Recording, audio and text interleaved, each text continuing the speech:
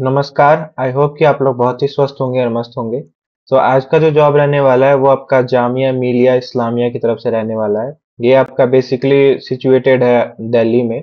ये बहुत ही जाना माना और प्रेस्टिजियस यूनिवर्सिटी है, आप लोग को पता ही होगा। ये है उसका ऑफिशियल वेबसाइट जैसा कि आप देख पा रहे हैं। और लिंक जो है मैं हमेशा की तरह डिस्क्रिप्शन बॉक्स में पिन कर दूंगा, वहां से आप डायरेक्टली आ सकते हैं।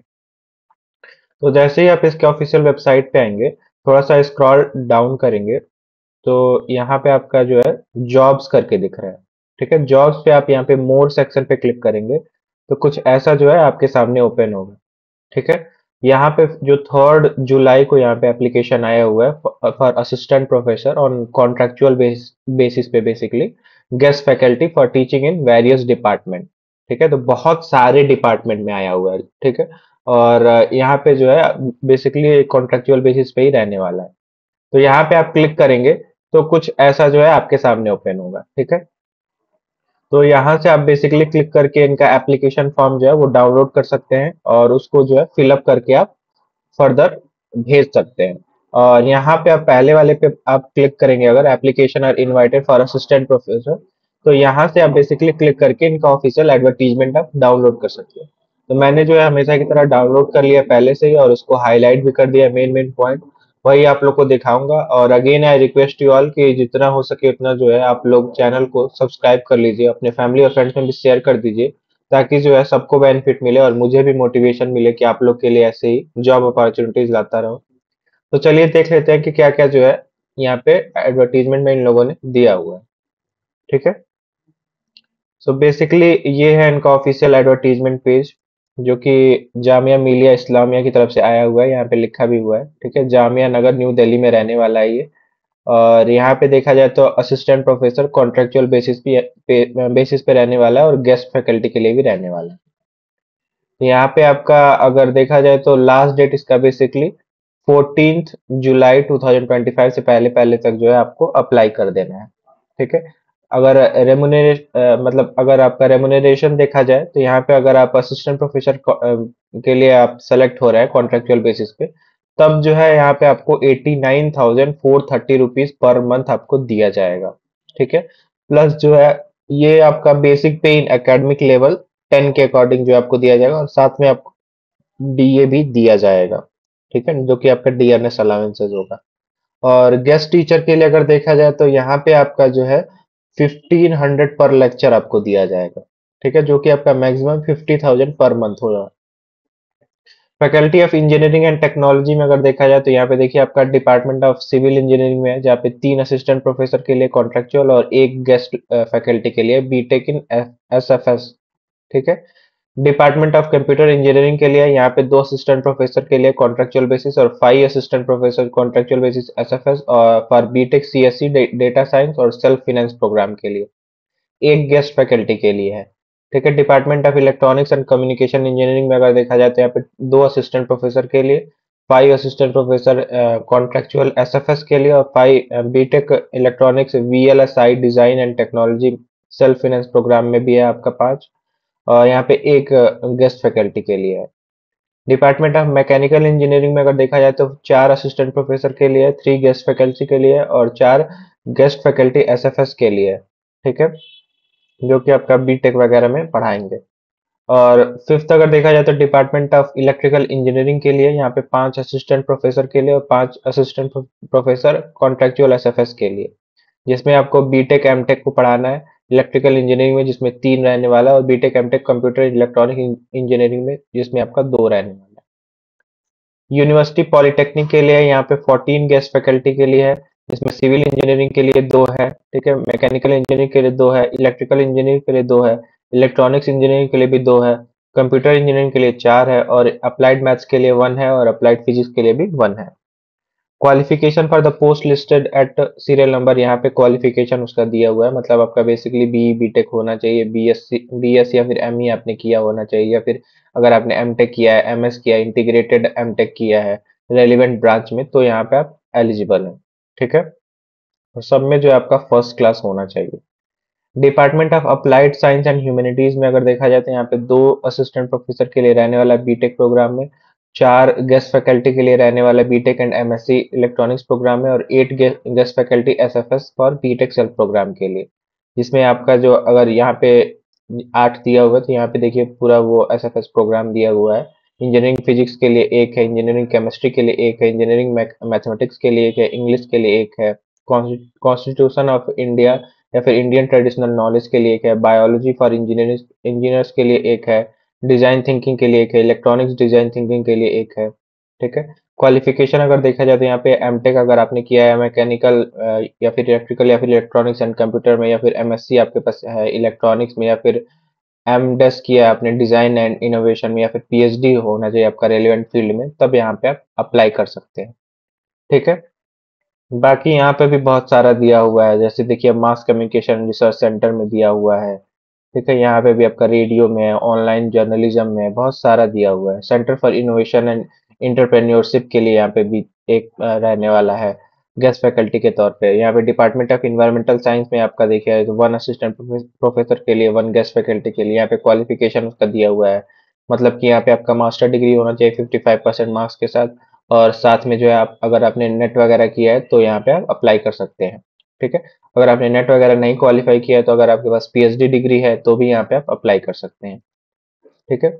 नेक्स्ट अगर देखा जाए तो faculties of humanities and language में है, डिपार्टमेंट ऑफ उर्दू से है, डिपार्टमेंट ऑफ इस्लामिक स्टडीज से है, डिपार्टमेंट ऑफ पर्सियन से है, डिपार्टमेंट ऑफ संस्कृत से है, department of history and culture से है, डिपार्टमेंट ऑफ अरेबिक से है। ठीक है। डिपार्टमेंट ऑफ हिंदी से भी रहने वाला है। यहाँ पे भी सेम ही आपका जो है मास्टर डिग्री अगर आपने 55% मार्क्स के साथ किया है और साथ में आपका नेट क्वालिफाइड है या फिर आपके पास पीएचडी की डिग्री है, तो यहाँ पे आप एलिजिबल हैं, अप्लाई कर सकते हैं। ठीक है। पीएचडी के लिए यहाँ पे कुछ रेगुलेशन भी दिए हुए हैं। आपका पीएचडी डिग्री जो है वो रेगुलर मोड में होना चाहिए, और पीएचडी थीसिस जो है आपको मिनिमम 2 एक्सटर्नल एग्जामिनर ने जो है इवेल्युएट किया होना चाहिए। ठीक है। नेक्स्ट अगर देखा जाए तो फैकल्टी ऑफ सोशल साइंस का रहने वाला है। यहाँ पे आपका डिपार्टमेंट ऑफ पॉलिटिकल साइंस में है, डिपार्टमेंट ऑफ साइकोलॉजी में है, डिपार्टमेंट ऑफ सोशल वर्क में है, डिपार्टमेंट ऑफ इकोनॉमिक्स में है, डिपार्टमेंट ऑफ सोशियोलॉजी में है, centre for culture media and governance में है। ठीक है। यहाँ पे आपका Nelson Mandela centre for peace and conflict resolution में है, इंडिया अरब कल्चर सेंटर में है, centre for the study of social exclusion के लिए है, centre for study of comparative religion and civilisation के लिए, centre for West Asian studies के लिए है, department of adult and continuing education and extension के लिए। हर जगह देखिए आपका एक असिस्टेंट प्रोफेसर, 2 गेस्ट फैकल्टी, यहाँ पे एक असिस्टेंट प्रोफेसर, एक गेस्ट फैकल्टी, यहाँ पे ऐसे ही करके दिया हुआ है हर जगह। ठीक है।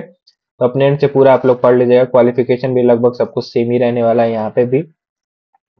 और नेक्स्ट अगर देखा जाए तो यहाँ पे फैकल्टी ऑफ एजुकेशन में तो department of TT and NFE के लिए रहने वाला है। यहाँ पे 6 असिस्टेंट प्रोफेसर कॉन्ट्रेक्चुअल बेसिस पे रहने वाला है।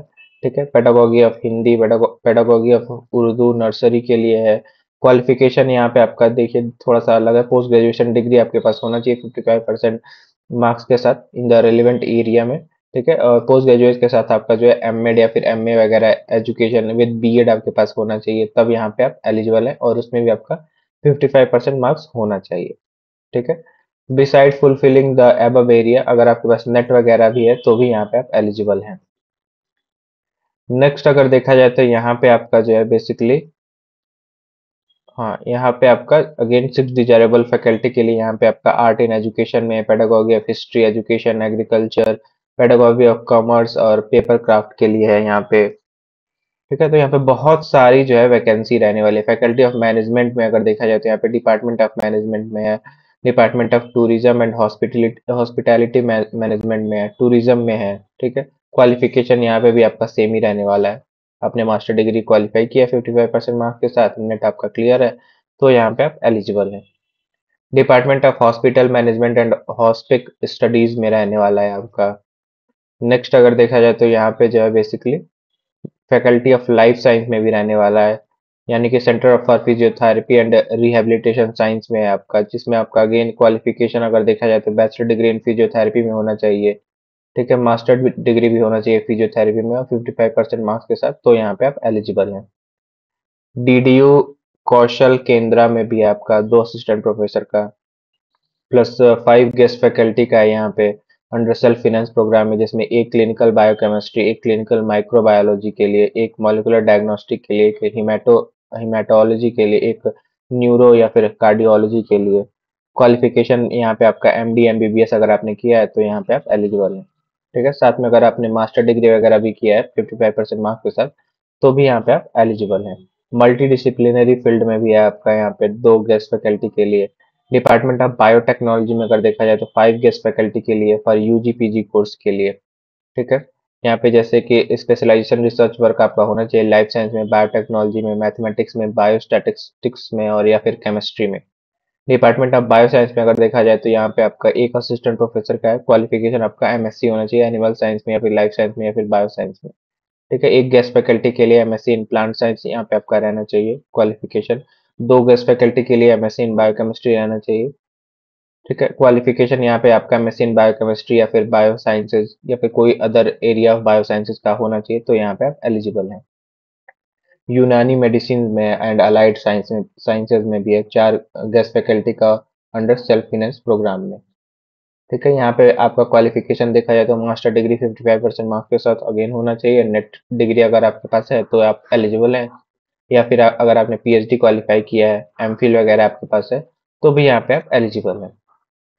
फैकल्टी ऑफ साइंस में अगर देखा जाए तो डिपार्टमेंट ऑफ केमिस्ट्री में है, डिपार्टमेंट ऑफ जियोग्राफी में है, डिपार्टमेंट ऑफ फिजिक्स में भी रहने वाला है। डिपार्टमेंट ऑफ फिजिक्स में देखिए 2 गेस्ट फैकल्टी के लिए भी है।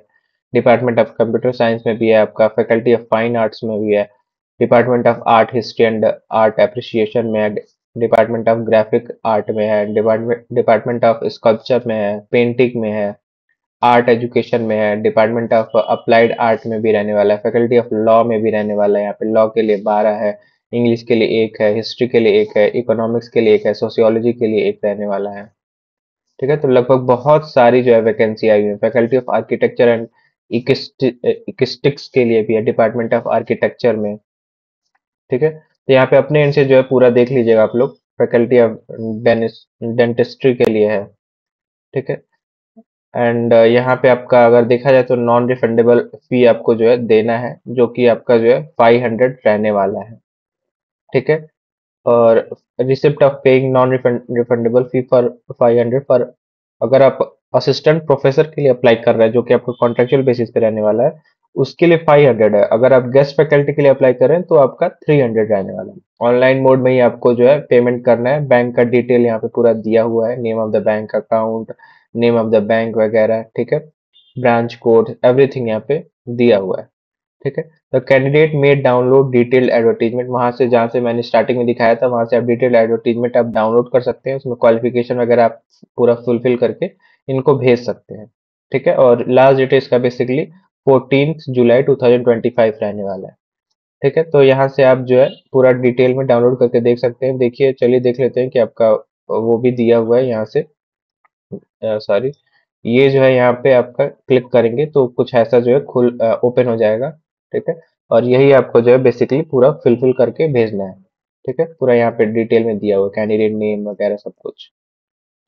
So that's it. I hope कि जो है आपको सब कुछ समझ में आया होगा। स्टिल कोई क्वेरी है तो आप जो है कमेंट सेक्शन में कमेंट करके पूछ सकते हैं। And again I request you all कि अगर आप चैनल पे नए हैं और आपको थोड़ा भी बेनिफिट मिलता है चैनल से, तो मेक श्योर कि आप जो है चैनल को सब्सक्राइब कर लीजिए और अपने फैमिली और फ्रेंड्स में भी शेयर कर दीजिए और लाइक और शेयर भी करिए वीडियोस को। So thank you very much.